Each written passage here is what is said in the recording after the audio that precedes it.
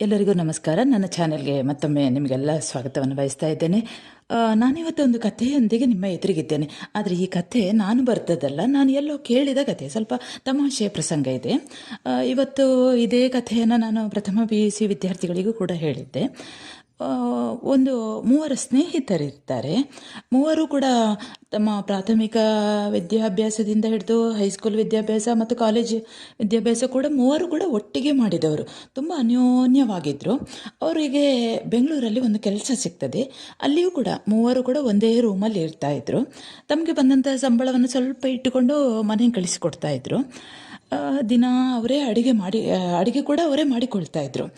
ದಿನ ಒಂದೇ ರೀತಿಯ ಅವರು ಆ ಅಡುಗೆಯನ್ನು ತಿಂದು ಆ 3 ತುಂಬ ಬೋರ್ ಆಗಿರ್ತದೆ. ಆದರೆ ಏನು ಮಾಡೋದು, ಅನಿವಾರ್ಯ ಅಲ್ವಾ, ಮಾಡಲೇಬೇಕು. ಒಂದು ದಿವಸ ಅವರು 3 ಕೂಡ ಮಾತಾಡಿಕೊಳ್ತಾ ಇರ್ತಾರೆ. ಅವರು ಹೇಳ್ತಾರೆ, ನಾವು ದಿನ ಒಂದೇ ಅಡುಗೆ ಮಾಡಿ ಅದನ್ನೇ ತಿನ್ನೋದು, ಅದನ್ನೇ ಮಾಡೋದು, ಅದನ್ನೇ ತಿನ್ನೋದು ಬೋರ್ ಆಗಿದೆ. ಇವತ್ತೊಂದು ದಿವಸ ನಾವು ಒಂದು ವಿಶೇಷ ಅಡುಗೆ ಮಾಡುವ ಅಂತ ಹೇಳ್ತಾರೆ. ಸರಿ, ಏನು ಮಾಡೋಣ ಅಂತ 3 ಕೂಡ ಯೋಚನೆ ಮಾಡಿ ಒಂದು ಯೂಟ್ಯೂಬಲ್ಲಿ ಒಂದು ಕ್ಯಾರೆಟ್ ಹಲ್ವಾ ಹೇಗೆ ಮಾಡೋದು ಅಂತ ನೋಡ್ಕೊಳ್ತಾರೆ. ಸರಿ, ಒಬ್ಬ ಅದರಲ್ಲಿ 3 ಸೇರಿ ಕ್ಯಾರೆಟ್ ಹಲ್ವಾವನ್ನು ಮಾಡ್ತಾರೆ. ಕ್ಯಾರೆಟ್ ಹಲ್ವಾ ಭಾರಿ ಒಳ್ಳೆಯದಾಗಿರ್ತದೆ, ಅಷ್ಟು ಒಳ್ಳೆಯದಿರ್ತದೆ. ತುಪ್ಪ ಎಲ್ಲ ಹಾಕಿ ಇಡೀ ರೂಮೆಲ್ಲ ಪರಿಮಳ ಬರ್ತಾ ಇರ್ತದೆ. ಬಿಸಿ ಬಿಸಿ ಹಲ್ವಾ ಈಗ ರೆಡಿಯಾಗಿದೆ. ಆನಂತರ ಉಳಿದ ಪಾತ್ರೆಗಳನ್ನೆಲ್ಲ ತೊಳೆದಿರ್ತಾರೆ. ಈಗ ಈ ಹಲ್ವಾ ಇದೆ ಅಲ್ಲ, ಅದು ಬಿಸಿ ಬಿಸಿ ಇರ್ತದೆ. 3 ಆಲೋಚನೆ ಮಾಡ್ತಾರೆ. ಅದು ರಾತ್ರಿ ಹೊತ್ತು 3 ಯೋಚನೆ ಮಾಡ್ತಾರೆ. ಸರಿ, ಹೇಗೂ ಕ್ಯಾರೆಟ್ ಹಲ್ವಾ ಬಿಸಿ ಇದೆ, ನಾಳೆ ಬೆಳಿಗ್ಗೆ ಇದನ್ನು ತಿನ್ನೋಣ. ಅದಕ್ಕಿಂತ ಮೊದಲು ಇವತ್ತು ನಾವು ಹೇಗೂ ಮಲ್ಕೊಳ್ತೇವಲ್ಲ, ಯಾರಿಗೆ ಒಳ್ಳೆಯ ಕನಸು ಬಿದ್ದಿರ್ತದೋ ಅವರಿಗೆ ಆ ಹಲ್ವದಲ್ಲಿ ಸ್ವಲ್ಪ ಹೆಚ್ಚಿನ ಪಾಲು ಮಾಡುವ. ಯಾರಿಗೆ ಒಳ್ಳೆ ಕನಸು ಬೀಳ್ತದೆ ಅದನ್ನು ನಾವು ನಾಳೆ ಹೇಳುವ. ಇವತ್ತು ಸರಿ ಮಲ್ಕೊಳ್ಳುವ ಅಂತ ಹೇಳಿ 3 ಮಲ್ಕೊಳ್ತಾರೆ. ಬೆಳಗಾಗ್ತದೆ, 3 ಹೇಳ್ತಾರೆ.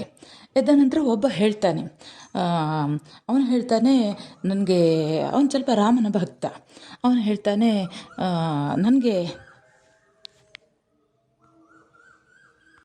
ನನಗೆ ರಾಮನ ಕನಸು ಬಿತ್ತು. ರಾಮ ನನ್ನನ್ನು ಸೀತೆಯನ್ನು ತೋರಿಸಿದ, ಸೀತೆ ಹಾಗೆ ಲಕ್ಷ್ಮಣನನ್ನು ತೋರಿಸಿದ.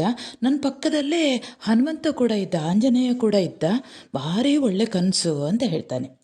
ಸರಿ, ಎರಡನೇವನು ಹೇಳ್ತಾನೆ, ಈಗ ನನ್ನನ್ನು ನನಗೆ ಕನಸಲ್ಲಿ ಬಂದು ಶಿವ ಕೈಲಾಸಕ್ಕೆ ಕರ್ಕೊಂಡು ಹೋದ. ಅಲ್ಲಿ ಪಾರ್ವತಿಯನ್ನು ತೋರಿಸಿದ. ಆನಂತರ ಶಿವ ಒಂದು ನಾಟ್ಯವನ್ನು ಮಾಡಿದ. ಭಾರಿ ಒಳ್ಳೆ ಕೈಲಾಸ ಅಂದರೆ ಅಷ್ಟು ಒಳ್ಳೆಯ ಸ್ಥಳ. ಈ ಕನಸು ನನಗೆ ಬಿತ್ತು ಅಂತ ಹೇಳ್ತಾನೆ. ಆವಾಗ 3ನೆಯ ಸ್ನೇಹಿತ ಇದ್ದಾನಲ್ಲ, ಅವನು ಹೇಳ್ತಾನೆ, ನನಗೆ ಕನಸಲ್ಲಿ ಗಣೇಶ ಬಂದು ನನ್ನ ಕಿವಿಯಲ್ಲಿ ಹೇಳಿದ, ಅಲ್ಲ ಮಾರಾಯ, ಅಡುಗೆ ಕೋಣೆಯಲ್ಲಿ ನೀನು ಬಿಸಿ ಬಿಸಿ ಕ್ಯಾರೆಟ್ ಹಲ್ವಾ ಇಟ್ಟಿದ್ದಿ. ಕ್ಯಾರೆಟ್ ಹಲ್ವಾವನ್ನು ಯಾವತ್ತೂ ಬಿಸಿ ಬಿಸಿಯಾಗಿ ತಿನ್ನಬೇಕು, ಅದನ್ನು ಯಾವತ್ತೂ ತಣ್ಣಗೆ ಮಾಡಿ ತಿನ್ನಬಾರ್ದು. ಬೇಗ ಏಳು, ಹೋಗಿ ಅಡುಗೆ ಕೋಣೆಯಲ್ಲಿ ಹೋಗಿ ಆ ಕ್ಯಾರೆಟ್ ಹಲ್ವಾವನ್ನು ತಿಂದು ಬಿಡು ಅಂತ ಗಣೇಶ ನನ್ನ ಕಿವಿಯಲ್ಲಿ ಹೇಳಿದ. ನಾನು ಹೋದೆ, ಕ್ಯಾರೆಟ್ ಹಲ್ವಾವನ್ನು ತಿಂದೆ. ಆ ಹಲ್ವಾ ಮಾಡಿದ ಪಾತ್ರೆಯನ್ನು ಕೂಡ ತೊಳೆದಿಟ್ಟೆ ಅಂತ ಹೇಳ್ತಾನೆ. ಸರಿ ಕೇಳುಗರೆ, ಇದು ಬುದ್ಧಿವಂತಿಕೆ. ಈ 3ನೆಯ ಸ್ನೇಹಿತ ಇದ್ದಾನಲ್ಲ, ಅವನದಿದು ಬುದ್ಧಿವಂತಿಕೆ ಅಂತ ಈ ಕಥೆಯನ್ನು ಮುಗಿಸ್ತಾ ಇದ್ದೇನೆ. ಹೇಗನ್ನಿಸಿತು ಈ ಕಥೆ ಅನ್ನೋದನ್ನು ಹೇಳಿ. ಅದಕ್ಕಿಂತ ಮೊದಲು ನನ್ನ ಈ ಚಾನೆಲನ್ನು ಇದುವರೆಗೆ ಯಾರೂ ಕೂಡ ಸಬ್ಸ್ಕ್ರೈಬ್ ಮಾಡಿರದಿದ್ದರೆ ಮಾಡಿಸ್ಕೊಂಡು ಬಿಡಿ. ಹಾಗೆಯೇ ಒಂದು ಲೈಕ್ ಕೊಟ್ಟು ಬಿಡಿ. ನಾಳೆ ಇನ್ನೊಂದು ಕಥೆಯೊಂದಿಗೆ ನಿಮ್ಮ ಎದುರಿಗೆ ಮತ್ತೆ ಬರ್ತೇನೆ. ಅಲ್ಲಿಯವರೆಗೆ ನಮಸ್ಕಾರ.